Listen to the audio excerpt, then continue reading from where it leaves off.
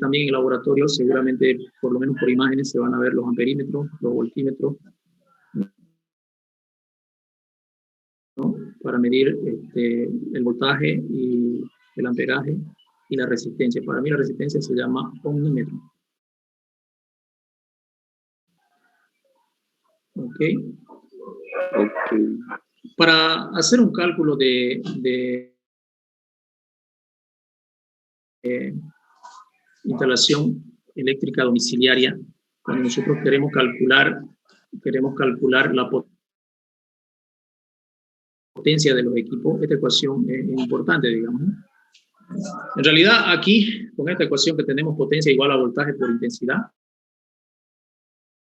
nosotros lo que podemos tener de dato es la potencia, porque en el equipo viene, ustedes miran la placa y ahí dice cuánto es su potencia.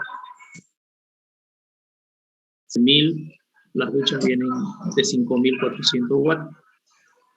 Entonces la potencia la obtenemos del equipo, ¿no? El voltaje lo obtenemos del proveedor de energía, en este caso la CRE. Nuestro voltaje en la ciudad de Santa Cruz oscila entre 210 y 240. Nosotros tomamos como parámetro 220. ¿Ya? Entonces, colocamos ahí el voltaje.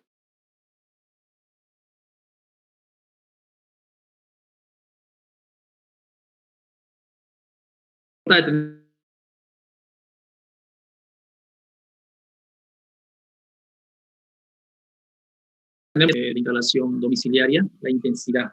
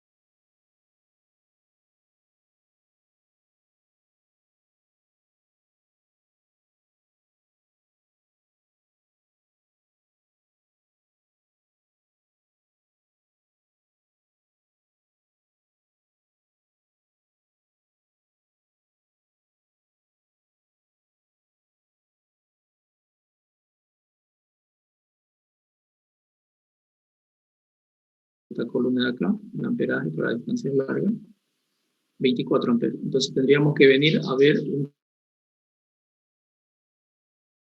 cable número 8 aproximadamente, ya un cable número 8. Y si la ducha está cerca del tablero, podríamos pensar en un cable número 14, digamos, si fuese que estuviera bien cerquita la ducha, ¿no? Entonces hay esos parámetros. Y hay otras tablas también, ¿no? Si buscamos nosotros en internet vamos a poder pillar otras tablas que tienen el mismo criterio. El asunto que quiero que lo comprendamos es esta parte, esta ecuación. Esta fórmula básicamente es la que nos permite a nosotros diseñar en una instalación domiciliaria eléctrica simple el grosor del cable que vamos a ocupar para cierto tipo de circuito, ¿ya? Entonces, como circuito, nosotros en una instalación domiciliaria vemos nosotros diferentes tipos de circuitos. Armamos varios circuitos y un circuito lo controlamos por un térmico, ¿ya? Entonces, agarramos los circuitos eléctricos de foco, de iluminación, y todos llevan a un térmico, a la caja de térmico. Tenemos una caja de térmico en un lugar de fácil acceso, puede ser en la salida de la casa o en la sala donde el acceso no sea prohibido o restringido por alguna emergencia que haya, uno llegue rápidamente al tablero a eliminar algún circuito, ¿no? A bajar la palanca. Entonces lo separamos, circuito de iluminación e independiente con un térmico en el tablero de térmico. Circuito de enchufe es otro térmico. Los aparatos especiales tienen su propio circuito, cada uno de ellos. Es decir, un aire acondicionado tiene su solito porque es su consumo. Una ducha tiene su propio térmico también porque es de alto consumo. En cambio, los watts de potencia son bien bajos consumo, entonces los agrupamos. Los agrupamos a todos los focos y también a todos los enchufes cuando no son muchos los enchufes.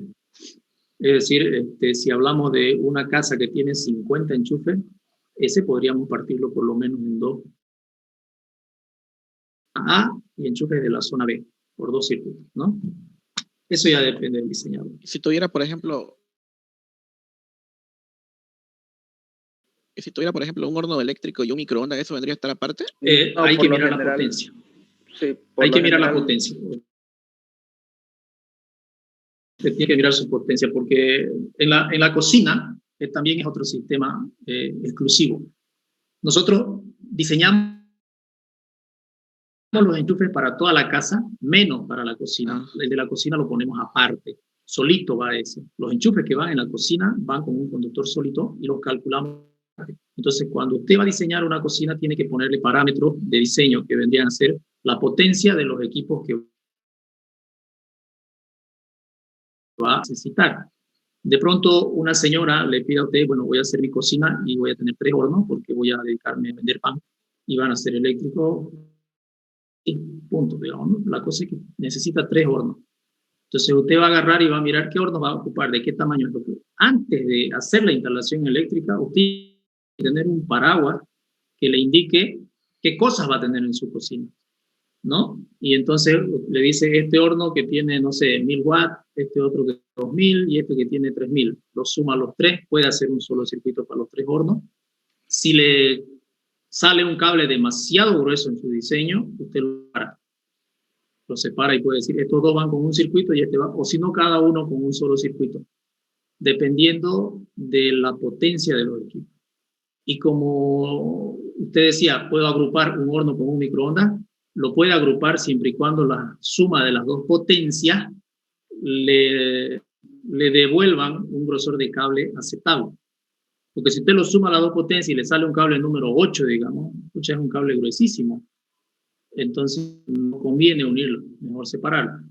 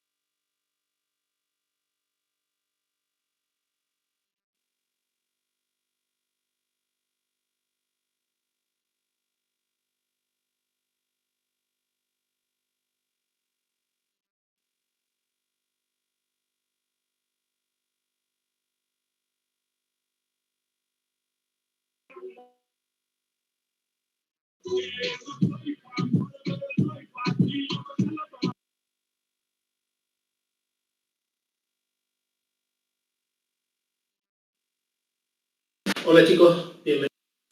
Ya, vamos a ver un video acá de lo que son esquemas domiciliarios de instalación, para aclarar un poquito ese concepto y algunas dudas. ¿Ya? Vamos a ver cómo calculamos el audio. Sí, ya se escucha. Sí, ingeniero, se escucha. Ya, okay. Los diferentes diámetros de conductores que podemos utilizar para diferentes circuitos internos en un domicilio, en función a los artefactos eléctricos que tenemos y que vamos a necesitar para cada circuito de manera individual. ¿Ok? Veamos el planteamiento siguiente. Ese sería un circuito de iluminación, un esquema de un circuito de iluminación. ¿Ok? Así como hay de iluminación, también hay de tomacorriente. Seguramente van a estar definidas, los muebles van a estar definidos, y supongamos que aquí esté definida la cama con sus veladores. En este caso, supongamos que tenga aquí la cama y sus veladores, etc. Entonces, nosotros observamos esa situación y dibujamos los tomacorrientes, sea simple o sea doble. ¿Ya? Dibujamos tomacorriente simple o doble. Depende de dónde lo ocupemos. Normalmente se recomienda tener tomacorriente en un dormitorio por lo menos en 2 paredes. Y en una sala o un lugar de esparcimiento social, por lo menos en 3 paredes. Entonces, para más o menos cumplir la recomendación, podríamos colocarle otro enchufe a este aquí, un doble, y en la espalda el otro doble. En este caso, supongamos que tenemos por acá la cama, y en este otro, digamos que tenemos aquí la cama. Y de pronto le podemos poner un doble en esta otra pared. Así vamos llenando donde vamos a colocar los enchufes, ¿ya? Entonces, en una sala podemos colocar los dobles ahí. Ahí.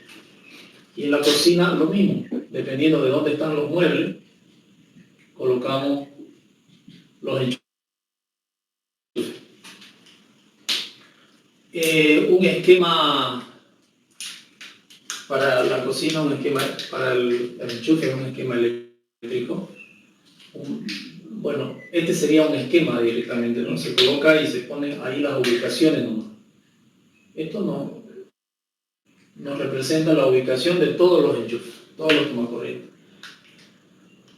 El plano eléctrico ya tiene que mostrar el medidor, la caja de distribución, que normalmente la ubicamos cerca de la puerta de circulación, ¿ya?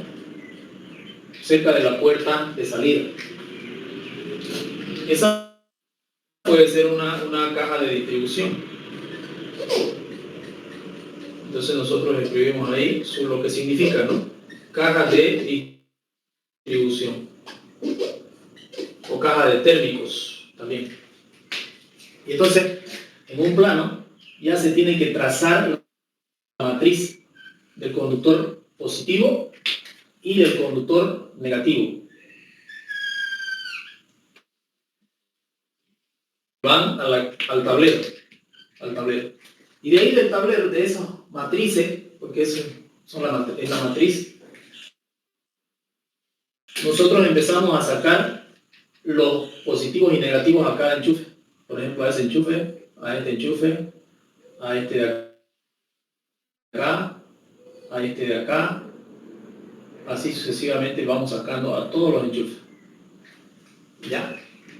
Tanto el positivo como el negativo. Cuando yo voy a cruzar un cable, debo de hacer un arco que aclare que no estoy conectando al cable, sino que lo estoy saltando. Entonces yo puedo conectar a cada uno de los enchufes con el positivo y el negativo. Ese sería un plano eléctrico. De esa manera, conectamos todos los enchufes. Si yo hago un plano de iluminación, ya es diferente. El plano de iluminación tengo que poner igual las matrices de líneas de corriente positiva y negativa y distribuirlo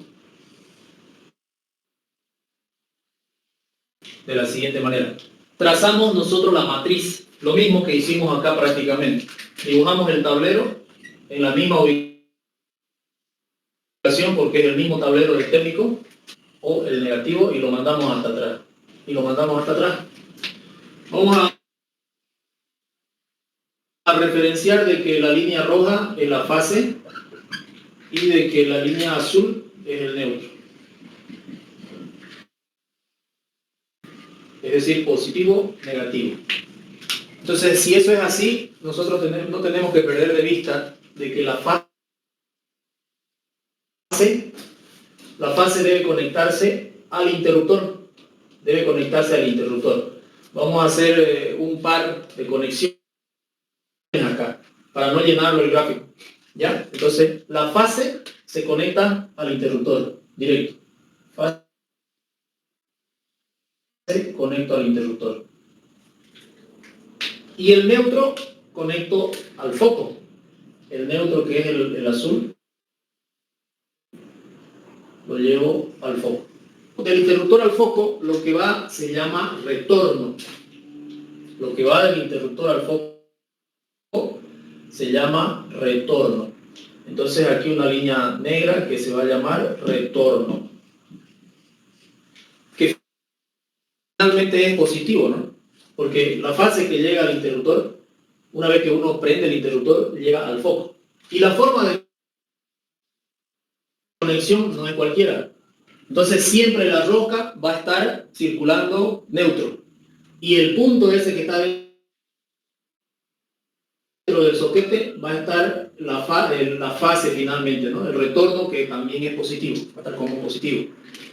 Eso se instala de esa manera porque cuando uno agarra el foco, a veces logra agarrar la rosca en el foco. Y cuando conecta al soquete, si la rosca hace contacto con la rosca del soquete, va a estar conectado al neutro. En ningún momento me va a pasar corriente. Si fuese al revés, si la rosca está con el retorno y el interruptor está prendido, entonces la corriente está llegando directo. Y si yo conecto la rosca a la corriente y agarro con los dedos la rosca, ahí puede haber un accidente, ¿no? Y puede ser grave. Entonces esa es la forma de cómo se deben conectar los focos. No es solamente esa la situación, digamos, de protección contra las personas que van a usar, sino que también evitamos la pérdida de corriente. Es decir, cuando nosotros conectamos la fase al interruptor, el interruptor es un elemento mecánico que tiene un distanciamiento suficiente para que la corriente no salte de un contactor al siguiente. Entonces llegamos con la fase y conectamos aquí. Llega la fase y conectamos ahí. Y de ahí el retorno sale al foco. Ese es el retorno. Y esta es la fase.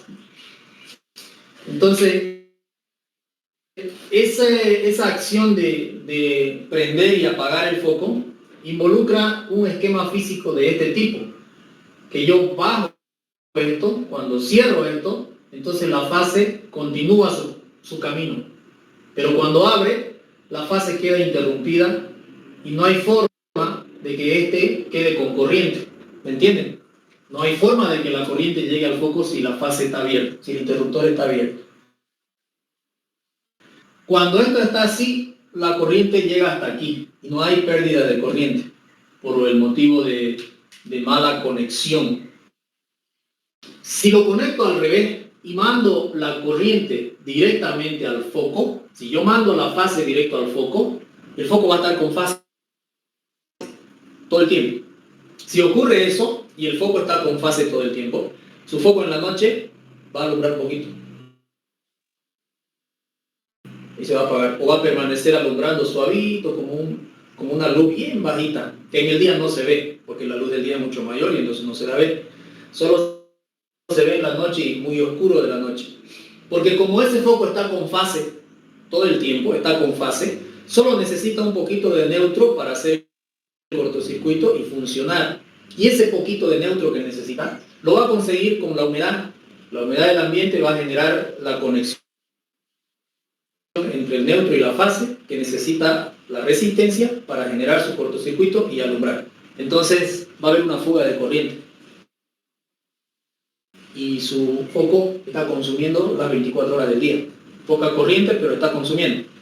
Y si todos sus focos están así, entonces su factura está viniendo quizás con el 20 o 30% más de lo que debería, porque su foco está con corriente las 24 horas. Entonces hay dos motivos muy importantes por los cuales se debe conectar correctamente un foco: por seguridad, y el segundo motivo, por economizar, bueno, por ahorrar, para que su foco no encienda en la noche y no parpadee en la noche así. Nuevamente, la fase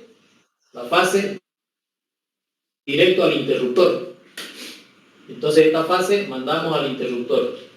Del interruptor mandamos un retorno al foco. Y el neutro va directo al foco. De esa manera se hace el plano eléctrico. Y así tenemos que hacer con todo, digamos, ¿no? Y se llena el gráfico. Plano eléctrico de tomacorriente, plano eléctrico de iluminación. Hay un plano eléctrico para cada situación. Tomacorriente, si nosotros tenemos muchos tomacorrientes en nuestro proyecto, podemos poner plano eléctrico tomacorriente zona 1, plano eléctrico tomacorriente zona 2. ¿Cómo vamos a saber si son muchos?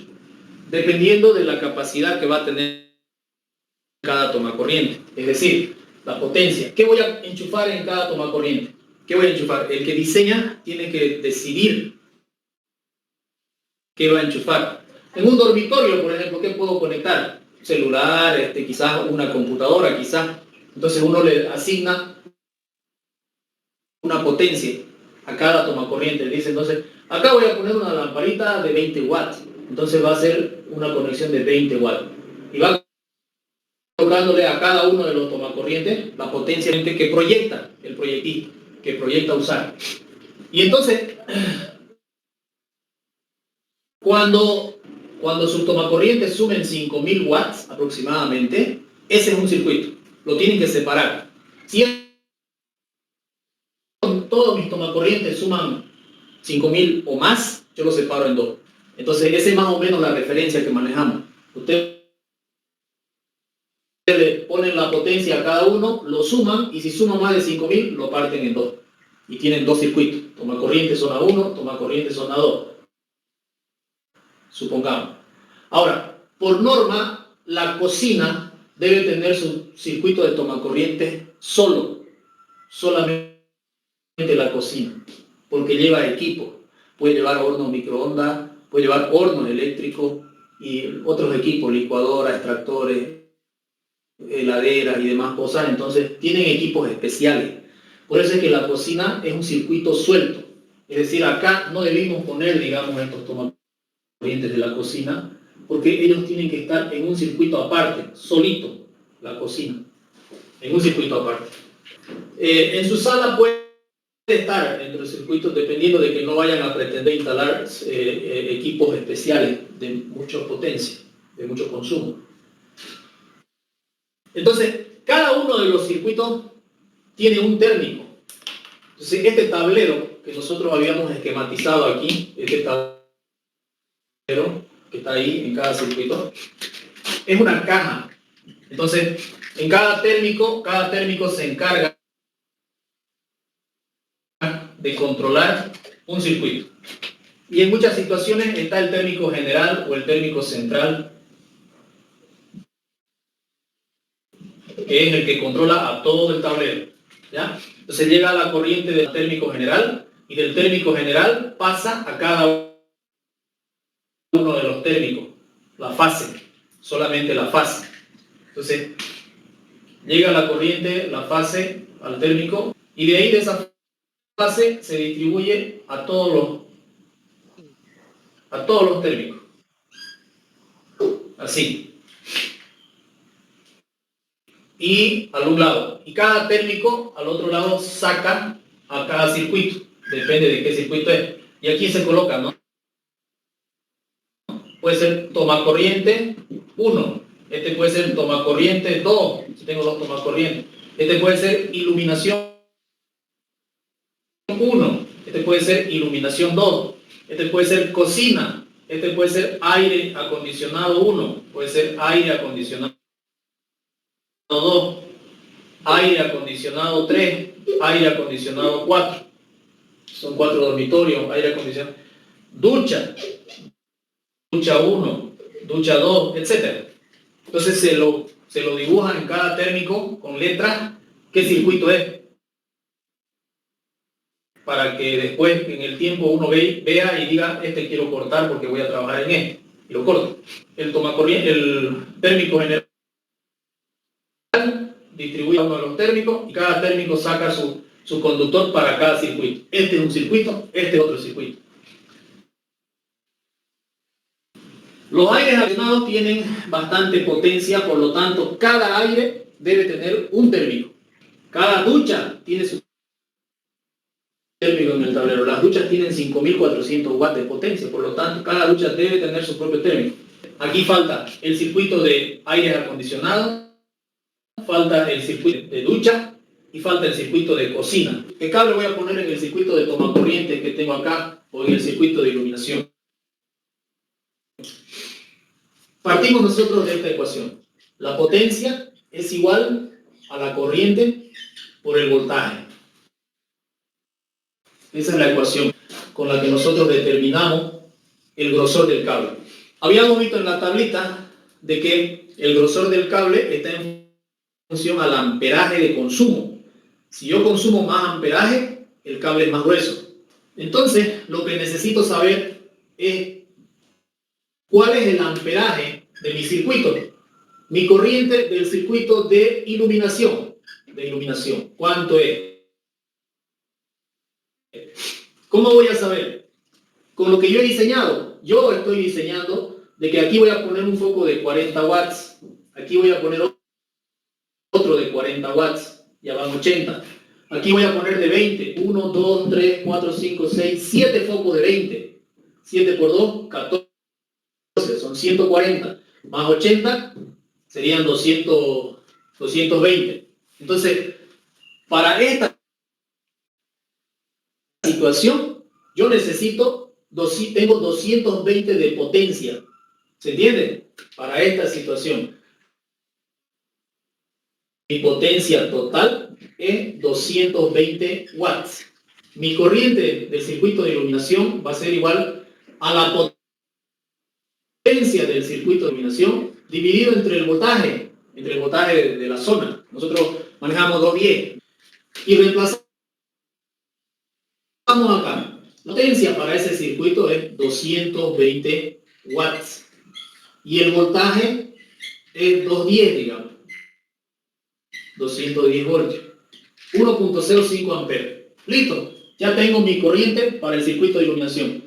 Con este valor de corriente entro en la tabla y voy a saber qué grosor de cable necesito para ese circuito. Entonces, desde el térmico, con ese grosor de cable voy a salir y hago toda la conexión. Lo mismo tiene que hacer para un circuito de toma corriente. Entonces, ustedes dicen, mi corriente para un circuito de toma de corriente y suman su potencia de toma corriente. Entonces, ya ustedes han decidido cuántos watts de potencia van a proyectar en cada uno de sus puntos que tienen. Pongámosle 100 watts a los dormitorios y 200 watts a la sala, cuando pongamos un equipo de sonido o algo así. Si asumimos 100 watts a los dormitorios, vamos a tener 1, 2, 3, 4, 5, 6, 7, 8, 9, 10, 11, 12, 13. 1300 watts en dormitorio. Y si lo vamos a casar con la sala, tenemos 1, 2, 3, 4. 4 por 2, 8. 800 watts en sala más 1300 watts en dormitorio. Serían 2100 watts en toma corriente. Me va a salir 10 amperes. Entonces, ese circuito, fíjense, si yo asumo de él con esas hipótesis, porque son hipótesis que uno tiene que dar, son datos que uno tiene que darse para poder elaborar.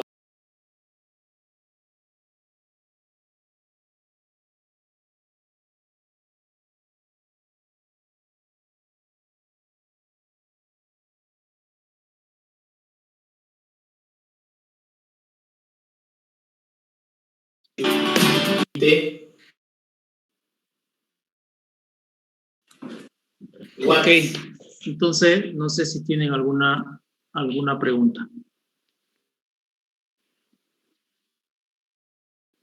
No resulta muy complicado entonces, ¿no?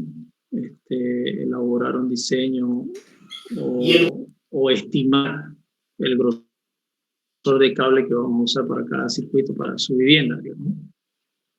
No es muy complicado y es bastante útil hacerlo. Ahora, por eso es que también hay que tener cuidado cuando uno vaya a conectar algún equipo a los enchufes, ¿no? Especialmente si se trata de proyectos, digamos, grandes. ¿Sí? Una consulta, si ponemos cable más Pregunte. grueso, si ponemos cable más grueso del necesario, además de perder recursos porque es más caro, ¿nada de otro problema? Hay. Lo que pasa es que, aparte de perder el recurso de poner un cable más grueso, tú estás generando la posibilidad de que exista una pérdida de corriente, un gasto innecesario. Un cable muy grueso te va a mayor. Un cable muy delgado, aparte del riesgo de que pueda reventar, va a generar también un consumo de corriente mayor. ¿Ya? Entonces, resulta de que el recorrido que hace la corriente a través del conductor, mientras más cabal esté, es mejor en el tema de ahorro. Cuando la corriente se traslada dentro del conductor, tiene una temperatura ideal por la cual ellos fluyen con mayor facilidad. Y para llegar a esa temperatura ideal, ya, entonces el cable como que calienta un poquito. Si tu cable es muy grueso, para que él esté en su flujo ideal de corriente, va a requerir mayor energía, porque el cable tiene que calentar un poquito, que no es perceptible al tacto, ¿ya? Entonces, por eso es que hay que tratar de estar dentro de lo recomendado, ¿no? Si tu cable es muy delgadito y vos necesitas un consumo grande, la corriente, como si tuvieras una cañería de agua, donde le estás metiendo una cantidad de hartísima agua y lo estás forzando a que el agua pase por ese tubo delgadito por unidad de tiempo, porque al otro lado se lo demanda. Entonces el cable calienta y perdés energía porque ese calor no aparece de la nada. Ese calor, el consumo de energía lo está convirtiendo en calor. La pérdida de calor es pérdida de energía. Tu medidor está girando si tu cable está muy caliente. Entonces, al tacto, ninguno de tus cables tienen que estar calientes, al tacto.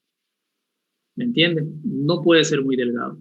No puede ser muy grueso, porque la circulación de la corriente busca una temperatura ideal para fluir mejor. Y ella trata de calentarlo, tu cable, ¿ya? Para poder fluir, calentar, al menos la zona por donde va a fluir, va a intentar calentar. Y como es grueso el cable, va a necesitar más energía para calentar. Y ahí eso se traduce en pérdida de energía. ¿Ya? Esa es la aplicación teórica sobre esa pregunta que me hacen. Porque alguien puede decir, bueno, le voy a meter un cable grueso por si instale algún día algo que me requiera esa corriente. No es de lo que estás gastando. ¿Ok? No sé si tienen otra pregunta. Ingeniero, Ingeniero, no sé si me escuchan. Diga. El 3. Bueno, A ver, el yo 3. hace tiempo trabajaba con equipo de música. Y bueno, no sé si va más o menos el caso, pero por ejemplo, bueno, el tema de corriente, como pasa por cable, entonces recuerdo que una vez tuve que ir a un tipo como una cancha así grande y resulta que lo querían los parlantes al extremo, a los extremos. Lejos. Sí, era lejos, entonces yo tenía un poder ahí. Y lo curioso es que, bueno, no sé, en ese tiempo yo no tenía ni idea de modelo que era o cómo funcionaba por dentro. Si funciona, o sea, con la misma, ¿cómo se llama? Con el mismo tipo de corriente que hay. Pero resulta que yo lo puse en los parlantes y resulta que los parlantes sonaban muy despacito.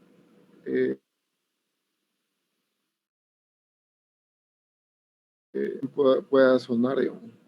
Entonces, o sea, para que pueda sonar lo que debería sonar en un ambiente. Y eso se puede ver de alguna manera, se puede cómo medir o controlar ese tipo de aspecto en cuanto a, por ejemplo, cables largos. Entonces puede llegar a calcular algo así o si hay relación con, con este tema. Hay una pequeña relación en el sentido de si nosotros observamos ahorita la planilla o la tabla que estábamos viendo. El voltaje es 210, digamos, 210 voltios, 1.05 amperes. Listo, ya tengo mi corriente para el circuito de iluminación. Con este valor de corriente, en esta tabla, nosotros vemos, por ejemplo, el amperaje que necesitamos o que va para distancias cortas y para distancias largas. Según la potencia de tu equipo, porque tus parlantes tienen una potencia. Vos ahí te dice cuántos watts, 4.000 watts, 5.000 watts, no sé cuántos watts de potencia. Con esa potencia y el voltaje de la zona, vos podés estimar también qué grosor de cable vas a poner. En esa situación que tuviste el problema del sonido, iba a mejorar tu sonido, ¿no? Seguramente tu cable no era el suficiente por el tema de la distancia. Hay pérdida en la distancia también. El tema de corriente es como el tema del agua. Pero en ninguna fórmula hemos visto distancia todavía. Ingeniero, creo que el problema del compañero, porque más o menos yo igual ya algo le entiendo a audio, es que se trata de energía continua en este caso. Y la resistencia por la longitud, hablamos de un menor voltaje, entonces incluso al tratarse de energía continua hay mayor pérdida en los cables con larga distancia. Es un caso distinto, es más fácil transportar 10 metros de corriente alterna que 10 metros de corriente continua, de partir desde el voltaje hasta el principio de operación, digamos. Claro, es así. Entonces,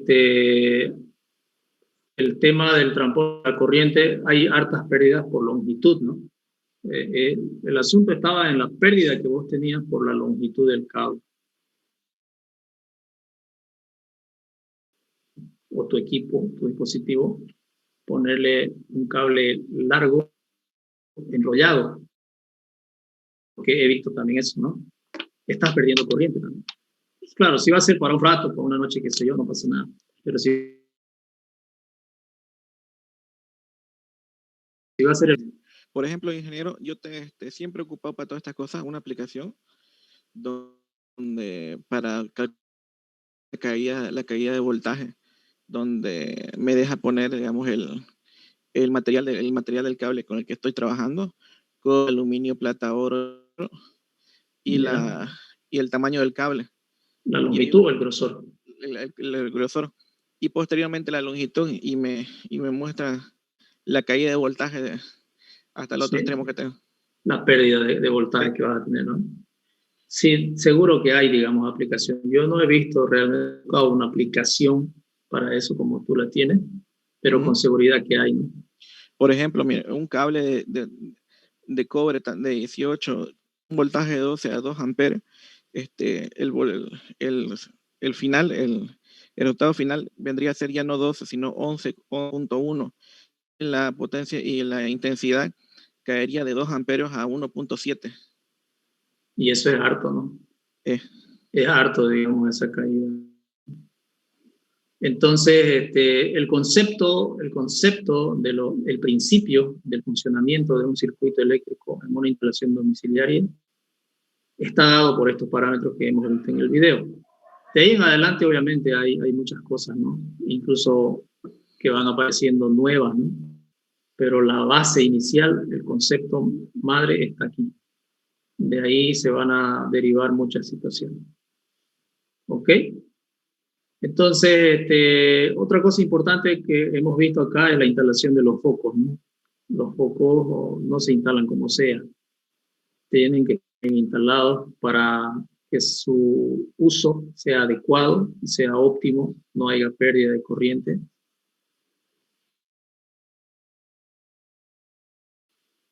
Claro, uno en casa dice, un poquito, no pasa nada, digamos, pero millones de personas dicen lo mismo, ¿no? Un poquito, no pasa nada. Y esos millones son millones de focos prendidos que hacen el incremento de lo que es el calentamiento global y demás cosas, ¿no? Entonces, por todo lado, debemos de tratar siempre de tener nuestra conexión de manera adecuada. No significa que no nos va a afectar, solo significa que va a afectar menos, nada más. Entonces, esa es la forma de instalar un foco y así tenemos que verificarlo, ¿no?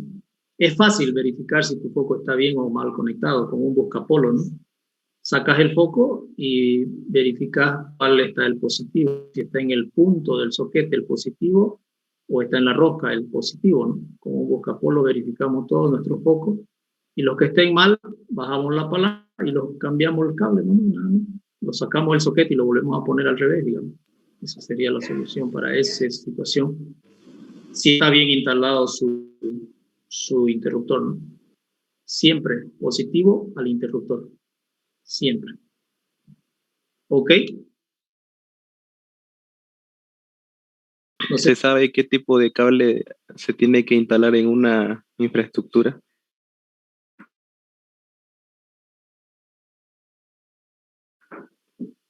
Digamos, ¿qué tipo de el cable para esa infraestructura para que soporte, ¿no? La corriente eléctrica, ¿no? Que va a circular por ese lugar. Claro, como vimos acá, nosotros damos primero la demanda. ¿Cuántos focos tengo? ¿De cuántos watts de potencia son? Y los sumamos todito. Encontramos la potencia total de todos los focos, ¿no? En este ejemplo sencillo, pequeño, bajo de consumo, porque si no me equivoco le hemos puesto 20 watts y 40 watts, eso es bajísimo. Bueno, en este tiempo ya no es bajísimo, porque ahorita yo en mi casa mis focos son de 8 watts, por ejemplo, de 8.5 watts son todos mis focos. Son LED, alumbran como uno de 100 de los incandescentes antiguos de eso, y tienen la misma. Acá le puse yo de 20 para que no me salga tan bajito, digamos, ¿no? Incluso a pesar de haberle puesto de 20, me salió el consumo apenas 1 ampere, ¿ya? Sin embargo, en tiempos atrás, hace unos años atrás, aparecieron cuando recién veían los focos, eran incandescentes y su consumo era 60, 100 watts cada foco, ¿ya? Entonces, aquí yo tengo 220 watts por todos los focos de la casa. Eso significaba solo 2 focos antes, ¿no? Antiguamente. El asunto es que nosotros como proyectistas decimos qué tipo de foco vamos a poner y los colocamos, los sumamos su potencia, dividimos entre el voltaje de la zona y tenemos una intensidad de corriente, un amperaje, un caudal de corriente que necesitan correr por el cable para llegar y cubrir a todos los focos de manera cuando les decía yo, nos vamos a la tablita. Yo tengo aquí una tabla, ustedes la pueden buscar en el internet. Hay muchos criterios de esta tabla. Todos se aproximan un poco a la realidad. Si dice 1 ampere que necesito, entonces si me voy a distancias largas, si mi distancia es, por decirte, arriba de 5 metros de largo, sería distancias largas. Esta es para distancias cortas, para distancias largas. Entonces me busco yo en la tablita 1 ampere. Cable, que es el número 21, aguanta 1.2 amperes. Acarrea 1.2 amperes. Solo necesito 1 ampere, según mi ejemplo. O sea que tranquilamente este cable, número 21, cuyo espesor nominal es 0,7 milímetros de espesor, vendría a prender los focos, tranquilamente. ¿Ya? Pero, hay un pero también, no lo voy a en el mercado, no lo vas a pillar este cable. No hay este cable número 21. Hay el cable 20, el 18, el 16, el 14, el 12, etcétera, etcétera, etcétera. Entonces nosotros en la construcción manejamos, yo por lo menos manejo el cable 14, que me aguanta 5.9 amperes, casi 5 veces más de lo que acabamos de calcular. ¿Ya? Pero ese valor nosotros manejamos por seguridad, quizás por un lado, y más que todo, por seguridad, por costumbre, porque antes diseñábamos con los focos de alto consumo, ¿me entiendes? Entonces, si nosotros hubiéramos calculado aquí con los focos de alta potencia, esto no nos iba a salir 220 4, 6, 7, y cada uno de 100 serían 700 aquí. ¿No? Casi 1000 watts en foco solamente. Y si dividiríamos nosotros 1000 entre 210, nos saldría casi 5 amperes. Para que se den cuenta. 4.7 amperes me sale. Casi 5 amperes necesitamos de corriente si fueran focos de 100 watts incandescentes. Y si me voy a la tabla, yo busco 5 amperes en la tabla, 5.9 amperes, cable número 14. Agarro ese porque hay en el mercado. No está mal lo que estamos todavía haciendo. Peor acá en Bolivia, que vos lo alquilás tu cuarto y viene un Canva que va y lo compra el foco de 3 pesos que consume 100 watts y punto, digamos, y le pone el foco al cable delgado que vos pusiste. Es un poco complicado aquí en Bolivia ese tema, ¿no? Sigue habiendo gente que compra así los focos. Diga. Ingeniero, el cable 14, ¿usted cómo lo encuentra en el mercado? Así, vos vas a la ferretería y le decís, quiero que me venda un cable 14, un rollo, o 100 metros, o 50 metros. Claro, pero por lo es más, general, ¿sí? Venden los rollos con medidas en milímetros. Te cuento que no. 1.5, el 2.5. Vos vas a la feria del ferretero, por ejemplo, y ellos más lo conocen por número, por 14, por 12, por 16, por 10. Si te vas a una importadora, ellos lo conocen de las dos formas. No te va a hacer problema. Le decís el número 14, ya, usted quiere el 1.6 milímetros. Sí es. Aquí dice en la tabla, mira, cable 14,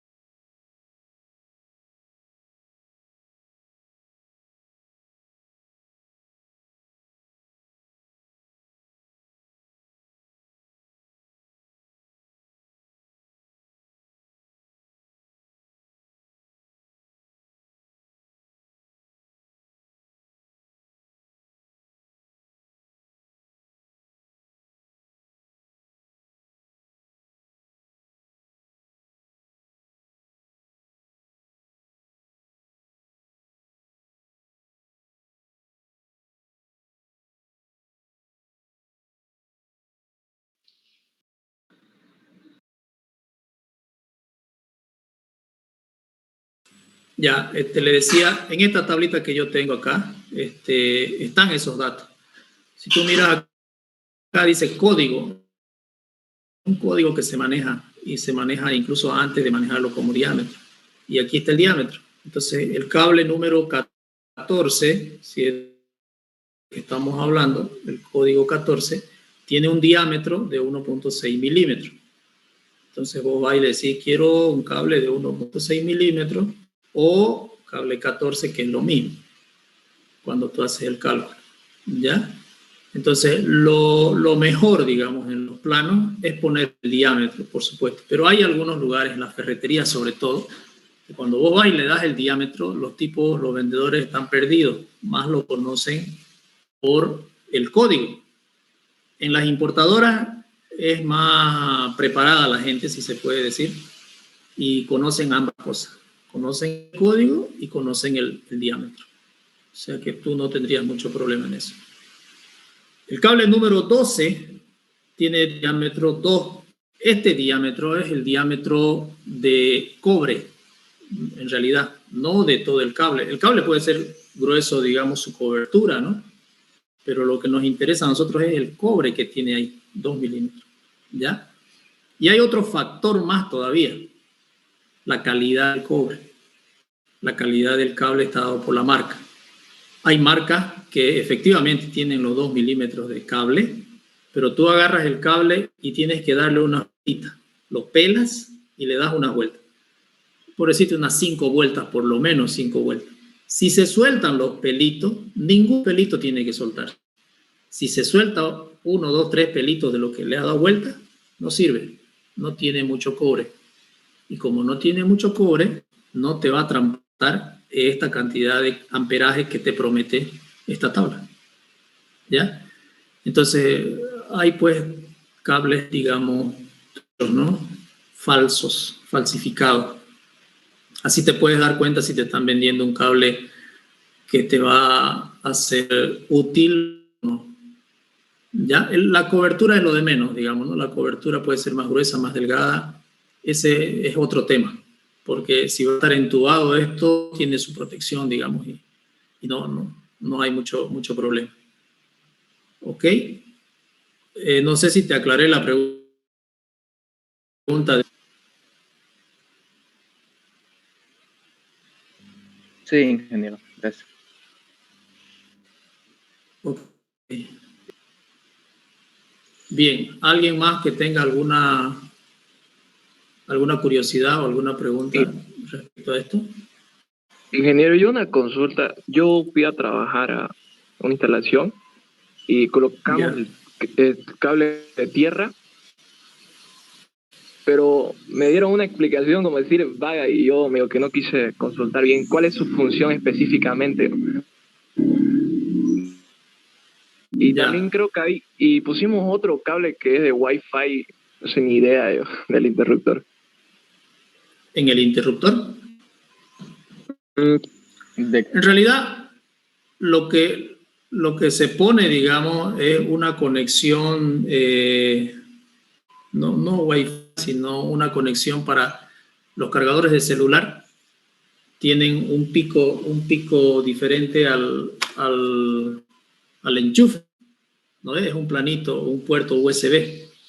Eso viene y se lo instala. En lugar de tener enchufe con 2 huequitos, vos tenés enchufe donde metes tu cable, puerto USB. Ese te carga tu celular. Pero para el Wi-Fi solo necesitas un enchufe, una corriente normal. Ese es otro tema. El Wi-Fi es el servicio de internet inalámbrico, ¿no? El tema de la conexión a tierra. No sé. ¿Cuál? ¿O era otro tu problema del Wi-Fi? No sé, yo en mi experiencia creo que tal vez está hablando de una instalación de UTP, o sea, de los cables LAN, porque hay instalaciones especiales donde se cablea el cable de red y se hace puntos de red para poder conectar el router a él, digamos, que no es corriente, es internet puro, digamos. Claro, esa es otra cosa. Ese es otro cable. Sí, ahí ya se está hablando de lo que es la atenuación, porque la longitud son, por dar 80 metros y después de los 80 metros pierde la intensidad, entonces ya se ocupa otro cable. Otro cable o un equipo que te permite de nuevo incrementar su potencia, digamos, ¿no?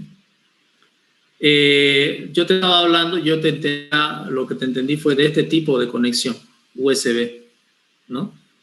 Nosotros ponemos enchufe USB. Entonces, donde vos vas con el celular y ya no necesitas el enchufe convencional de dos huequitos. Conectas tu USB y cargas tu celular. Eso es lo que se está instalando ahora, especialmente en centros comerciales. Ya no, porque la gente va a tomarse un café y enchufa su celular. Y ya son enchufes USB, ¿no? Ese tipo de cosas. Lo otro puede ser el tema del cable UTP, que esa es otra cosa, ¿no? Esa es otra historia. El tema del aterramiento. El aterramiento es un conductor que se coloca, acá no hemos hablado de tierra, ¿no? No hemos hablado, pero es un conductor que se coloca para proteger las descargas que puedan haber o las descargas eléctricas que puedan haber en la vivienda. Entonces, por algún motivo, a veces ocurren descargas eléctricas. Cuando tú no tienes un cable de tierra, la descarga eléctrica se va por el cable neutro. Se dispara por el cable neutro, ¿ya? Y si tú tienes un equipo en otra zona, entonces si has tenido un accidente, un rayo, qué sé yo, alguna cosa que cayó cerca y la energía se fue, digamos, por esos cables, se va a descargar por el neutro. Y si tienes un equipo conectado a la corriente, vas a mandarle prácticamente 2 positivos a ese equipo. 2 positivos a ese equipo le vas a mandar y ahí tu equipo va a reventar. Se va a romper, se va a fregar. En cambio, cuando tenés el cable de tierra, se va por el cable de tierra esa descarga eléctrica. Pero no es nomás ponerle un cable de tierra y dejarlo suelto. Ese cable de tierra, como su nombre lo dice, es un cable que tiene que estar incrustado en la tierra. Para eso compramos jabalinas, se llaman jabalinas. Unas barras de cobre largas de 2, 3 metros, 4 metros, que se las clava en tierra en el patio de tu casa, se lo clava la jabalina y a ese se le conecta tu cable de tierra y se lleva a todo tu enchufe. Si tu casa es grande, se triangula, se hacen triangulaciones, se clavan 3 jabalinas o 4, 5, 6 jabalinas en caso de que sea un tanque de agua elevado. Hemos llegado a clavar hasta 6 jabalinas, que es lo que yo he visto, 6 jabalinas conectadas entre sí, hacia una triangulación y de ahí recién sube el cable de tierra arriba y se pone como una antena, un receptor de pararrayos, ¿no? El pararrayos propiamente dicho. ¿Qué hace el pararrayo? Atrae los rayos, la energía, en un cierto rango de longitud, es decir, unos 15, 20 metros de donde está el pararrayo. Dependiendo del pararrayo, hay pararrayos más potentes. Cuando el rayo está pasando por la zona, el pararrayo lo atrae al rayo, lo agarra al rayo y lo manda a la tierra, esa descarga eléctrica, ¿ya? Entonces, el concepto de poner un cable de tierra en una vivienda es ese. Cuando tengas una descarga eléctrica porque un equipo se te está fregando o hay un cortocircuito por algún motivo, se calentaron los cables y se unieron el positivo con el negativo, hay un cortocircuito, ese cortocircuito lo absorbe el cable de tierra. Si tus equipos tienen cable de tierra, conexión a tierra, lo va a absorber por ahí y lo va a mandar ese corto a la tierra, propiamente dicho. Entonces no te va a causar mucho daño a tu circuito o a tu infraestructura. Ese es el concepto del cable de tierra. Y normalmente su color es verde, su color de identificación. O sea, ingeniero, que el cable tierra, usted cuando termina de conectarlo a todos los enchufes dobles, digamos, de 3 huecos, tiene que quedar suelto porque creo que lo pusimos suelto, lo dejamos ahí nomás. No está trabajando. No está trabajando adecuadamente. Puede estar en sí, no adecuadamente. Vos tenés que clavarle una jabalina de 2 metros por lo menos, clavar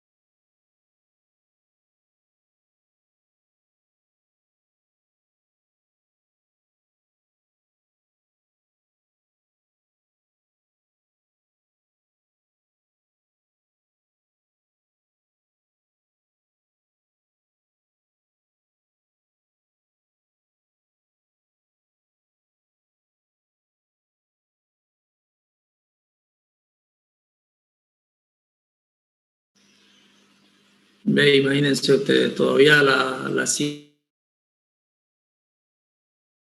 como una bobina Tesla. Claro, tendría que ser como una bobina Tesla. Pero ahora vaya uno a saber qué daño. Supuestamente el 5G que quieren implantar puede producir algún ese cáncer o si no, ese no está gustando sobre eso. Ese es el problema. Hay que hacer las investigaciones para que no arruine. Eso yo creo que es un poco bien difícil, ¿no? Esa va a ser una de las oposiciones más grandes para que se implemente llegar, porque al igual que el Internet, ¿no? Llegó y llegó, punto. Nos está afectando el Internet, no crean ustedes que no, de una manera nos tiene que estar afectando, no puede ser que sean nomás que pasan las ondas a través de nuestro cuerpo y no nos hagan nada. Pero bueno, esa es la ciencia. Bien, chicos, no sé si tienen alguna otra pregunta. Ok, si no hay más, entonces nos vemos el día jueves. Vamos a continuar avanzando y ya el lunes o el martes. Que todas las evaluaciones las hacemos desde la unidad 0. No necesariamente lo que avanzamos y repasemos todo de nuevo. ¿Ok? Física 2 ya no va a preguntar. Ya no. ¿Alguna otra pregunta?